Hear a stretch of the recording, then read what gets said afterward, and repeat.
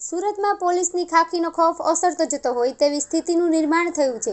જહાંગીરપુરા વિસ્તારમાં રાત્રિના સમયે 10 જેટલા ધાડપાડુઓ ત્રાટક્યા હતા।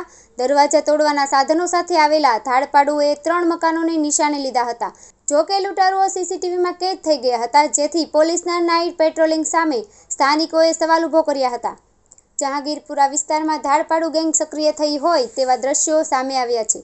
પોલીસના ખૌફ વગર લૂંટ અને ધાડ પાડવા 10 જણાની ગેંગ સક્રિય થઈ છે।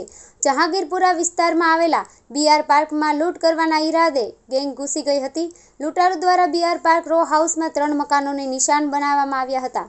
લૂંટારુઓએ સાધન વડે 3 મકાનના દરવાજાના નકુચા તોડી ઘરમાં પ્રવેશ કરી લૂંટ ચલાવી હતી। અચાનક સ્થાનિકો જાગી જતા લૂંટારુઓ બાજુના ખેતરમાં ભાગ્યા હતા। લૂંટારુઓએ પાસેના દરવાજાના નકુચા તોડવાના સાધનો નજીકના ખુલ્લા પ્લોટમાંથી મળી આવતા હતા। લૂંટના ઈરાદે આવેલા લૂંટારૂ ગેંગ સોસાયટીમાં લાગેલા સીસીટીવીમાં કેદ થઈ ગયા હતા। સ્થાનિક લોકોમાં પોલીસની કાર્યવાહીને લઈને સવાલો ઊભા કર્યા છે।